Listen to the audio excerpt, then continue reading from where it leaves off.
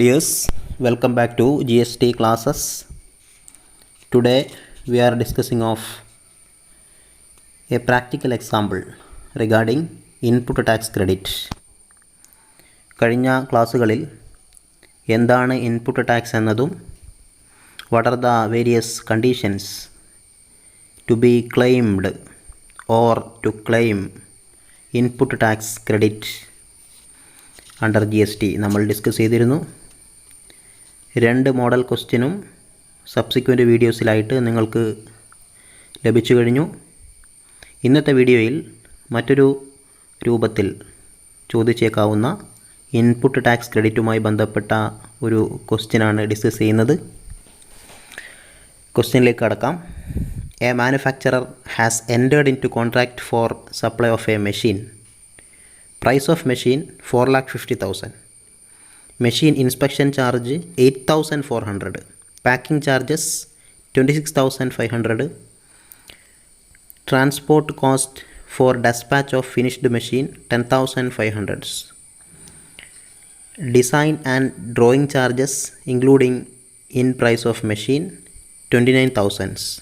GST payable at the rate of 12%. In addition, the manufacturer used the capital goods to manufacture the machine which include GST rupees 15,000. Besides, input used during manufacturing consist GST paid rupees 8,500 to supplier. Find the taxable value and the GST payable. Okay. ഇപ്പോൾ എത്ര GST കൊടുക്കണം എന്നതാണ് output tax. എത്ര നൽകണം എന്നതാണ് question. Okay, ഇവിടെയും ഒന്നുമില്ല, nothing but GST input tax credit rules അത് മാത്രമേ അറിയേണ്ടതുള്ളൂ. ആ ഒരു തിയറി നമ്മൾ ഇൻപുട്ട് ടാക്സിനെ കുറിച്ച് ഇൻപുട്ട് ടാക്സ് ക്രെഡിറ്റിനെ കുറിച്ച് പഠിച്ച ആ ഒരു തിയറി, അതിൻ്റെ ഒരു ആപ്ലിക്കേഷനാണ് ഇവിടെ നടക്കുന്നത്. Okay, in quantitative terms. അപ്പോൾ നമ്മൾ കാണാൻ പറഞ്ഞത് എന്താണോ അത് ഹെഡിങ് ആയിട്ട് കൊടുക്കുക. Computation of taxable value and GST payable എന്ന് ഹെഡിങ് കൊടുക്കുക. ഓക്കെ, എന്നാണല്ലോ നമ്മളോട് പറഞ്ഞിരിക്കുന്നത്. Find the taxable value and the GST payable. എന്നിട്ട് ആദ്യമായിട്ട് ഈ transaction value of machine 4,50,000. Okay, അതാണ് വാല്യൂ. നമ്മൾ വാല്യൂ ആണ് കാണുന്നത്, ടാക്സബിൾ വാല്യൂ ആണ് കാണുന്നത്. Then GST payable last. ആദ്യമായിട്ട് ടാക്സബിൾ വാല്യൂ നോക്കാം. മെഷീൻ്റെ പ്രൈസ് ഉണ്ടല്ലോ 4,50,000. അപ്പോൾ അതവിടെ എഴുതി വെക്കുക. 4,50,000 ആണ് മെഷീൻ്റെ പ്രൈസ്. ആ സപ്ലൈയുടെ വാല്യൂ അതാണല്ലോ. എന്നാൽ മറ്റ് കോസ്റ്റുകളൊക്കെ ആഡ് ചെയ്യുമ്പോഴേ യഥാർത്ഥ ടാക്സബിൾ വാല്യൂ ആവുന്നുള്ളൂ. പ്രൈസ് ഓഫ് മെഷീൻ എന്ന് പറയുന്നത് 4,50,000. വാല്യൂ ഓഫ് സപ്ലൈ അതല്ല, അതിൻ്റെ കൂടെ മറ്റ് കോസ്റ്റുകൾ വരണം. ഇൻസ്പെക്ഷൻ കോസ്റ്റ് ഉണ്ട്, ഇൻസ്പെക്ഷൻ ചാർജ് 8,400, അത് പ്ലസ് ചെയ്യാം. ദെൻ പാക്കിംഗ് എക്സ്പെൻസ് 26,500, അതും പ്ലസ് ചെയ്യാം. ഓക്കെ, മോറോവർ ട്രാൻസ്പോർട്ടേഷൻ ചാർജ് കൂടെ ഉണ്ട് 10,500. ഇതൊക്കെ പ്ലസ് ആകുമ്പോഴാണ് ടാക്സബിൾ വാല്യൂ ഓഫ് മെഷീൻ വരുന്നത്. അപ്പോൾ ഈ പറയപ്പെട്ട 4,50,000 പ്ലസ് 8,400, 26,500, 10,500, ഈ 4 എമൗണ്ടുകൾ പ്ലസ് ചെയ്യുമ്പോഴാണ് ടാക്സബിൾ വാല്യൂ വരുന്നത്.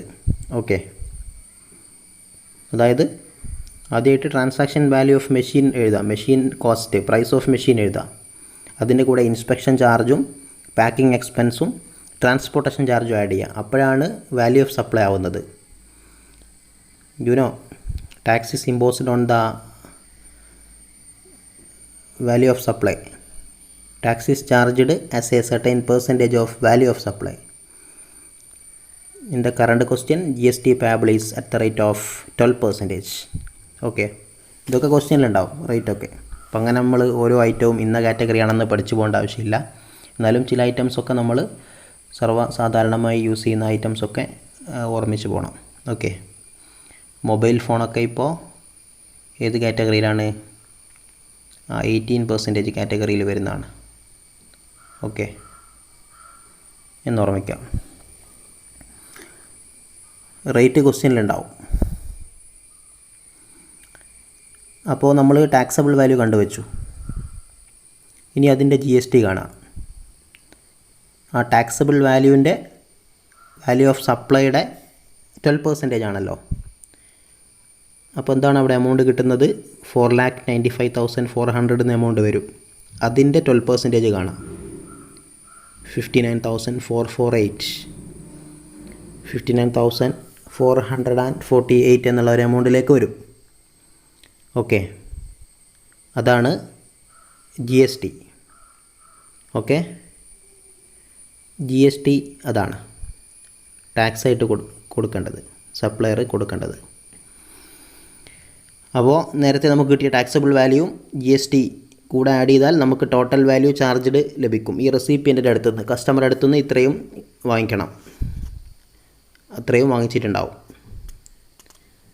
അതും കൂടെ അവിടെ വേണമെങ്കിൽ എഴുതി വെക്കാം.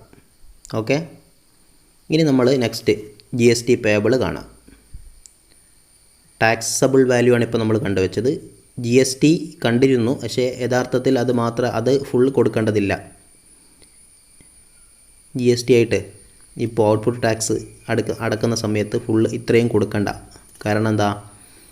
ക്വസ്റ്റ്യനിൽ ലാസ്റ്റ് പറയുന്നത് നോക്ക്. ഇയാൾക്ക് ITC ലഭ്യമാണ്, ഇൻപുട്ട് ടാക്സ് ക്രെഡിറ്റ്. മെഷീൻ വാങ്ങുന്ന സമയത്ത് ക്യാപിറ്റൽ ഗുഡ്സ് യൂസ് ചെയ്തിട്ടുണ്ട്. മെഷീൻ അതുമായി ബന്ധപ്പെട്ട് മാനുഫാക്ചറുമായി ബന്ധപ്പെട്ട് ക്യാപിറ്റൽ ഗുഡ്സ് യൂസ് ചെയ്ത വകയിൽ അന്ന് ഇൻവാർഡ് സപ്ലൈ നടത്തിയപ്പോൾ 15,000 GST അടച്ചിട്ടുണ്ട്, ടാക്സ് അടച്ചിട്ടുണ്ട്. അതെന്താവട്ടെ, SGSTയോ IGSTയോ UTGSTയോ CGSTയോ എന്തോ ആവട്ടെ, GST അടച്ചിട്ടുണ്ട്. അതേപോലെ ഇൻപുട്സ് മെറ്റീരിയൽസ് യൂസ് ചെയ്യുമ്പോൾ അവിടെയും 8,500 ITC ലഭ്യമാണ്. ഈ 2 ITCകൾ കൂടെ പരിഗണിക്കണം. അതിനുള്ള ക്രെഡിറ്റ്, അത് ക്ലെയിം ചെയ്യാനുള്ള ക്രെഡിറ്റ് ഇയാൾക്കുണ്ട്. അപ്പോൾ നമ്മൾ കണ്ടുവച്ച ആ 59,448 ഉണ്ടല്ലോ GST payable on taxable supplies during the period, ഒരു വർഷക്കാലയളവിൽ നടത്തിയ സപ്ലൈസിൻ്റെ മുകളിൽ അടച്ച GST ഉണ്ടല്ലോ, അതിൽ നിന്നും ഈ ലാസ്റ്റ് ഇയാൾ ക്ലെയിം ചെയ്യുന്ന as per form GSTR form GSTR ITC1 പ്രകാരം ആ ഫോമിൽ ഇയാൾ ക്ലെയിം ചെയ്യുന്ന ഇൻപുട്ട് ടാക്സ് ക്രെഡിറ്റ് ഉണ്ടല്ലോ, അതായത് capital goods worth ₹15,000, inputs worth ₹8,500, ഇത് രണ്ടും അതിൽ നിന്നും മൈനസ് ചെയ്യാൻ വേണ്ടി സാധിക്കും. അപ്പോൾ ഈ 15,000 പ്ലസ് 8,500 23,500 മൈനസ് ചെയ്യാൻ സാധിക്കും. അങ്ങനെ 59,448 മൈനസ് 23,500 മൈനസ് ചെയ്ത് കഴിഞ്ഞാൽ നമുക്ക് 35,948 എന്നുള്ള ഒരു ആൻസർ ലഭിക്കും. അതാണ് നെറ്റ് GST പേയബിൾ. ഇപ്പോൾ GST ആയിട്ട് കൊടുക്കേണ്ടത് അതാണ്. ഓക്കെ, അതാണ് GSTയുടെ ഒരു മേന്മ. ഓക്കെ, അങ്ങനെ ഇൻപുട്ട് ടാക്സ് ക്രെഡിറ്റ് ലഭിക്കുന്നുണ്ട് എന്നുള്ളതാണ് ഈ ഇൻവാർഡ് സപ്ലൈസ്. ഇത് എല്ലാ ഇടനിലക്കാർക്കും, എല്ലാ ചാനൽസ് ഓഫ് ഡിസ്ട്രിബ്യൂഷനും ഇങ്ങനെ ഒരു ബെനിഫിറ്റ് ഉണ്ട് എന്നതാണ് GSTയെ വ്യത്യസ്തനാക്കുന്നത്. ഓക്കെ, പഴയ ഇൻഡയറക്റ്റ് ടാക്സേഷനിലെ ഒരു വലിയൊരു ഡ്രോബാക്ക് നികത്തപ്പെടുന്നു എന്നതാണ് GSTയുടെ ഒരു മേന്മ. അതാണ് ഈ ITC എന്ന് പറയുന്നത്. ഓക്കെ, അപ്പോൾ net tax payable, net GST payable നമുക്ക് ലഭിച്ചു കഴിഞ്ഞു. ഇങ്ങനെയാണ് ഇത്തരം ക്വസ്റ്റ്യൻസ് വന്നാൽ സോൾവ് ചെയ്യേണ്ടത്. ഇതൊന്നുമില്ല, ഇവിടെ ആ ഒരു റൂള് അറിയാമെന്നുള്ളത് മാത്രമാണ്. ഓക്കെ, വേറെ പുതിയ കാര്യങ്ങളൊന്നുമില്ല. അപ്പോൾ ഇതിൻ്റെ കൂടെ ഞാനൊരു ക്വസ്റ്റ്യൻ കൂടെ ചേർക്കുന്നുണ്ട്. ആ ഒരു ക്വസ്റ്റ്യൻ നിങ്ങൾ പ്രാക്ടീസ് ചെയ്യുക. ഓക്കെ ഡിയേഴ്സ്, ITCയെക്കുറിച്ച് ഇത്രയും കാര്യങ്ങളാണ് പറയാനുള്ളത്. പ്രാക്ടിക്കൽ ക്വസ്റ്റ്യൻസ് ഇത്രയൊക്കെയാണ്. ഇനി ചില സ്പെഷ്യൽ റൂൾസ് റിഗാർഡിംഗ് ITC മറ്റൊരു വീഡിയോയിൽ ചെയ്തു തരാം. Let us see again with some other topics in another videos. Thank you for all.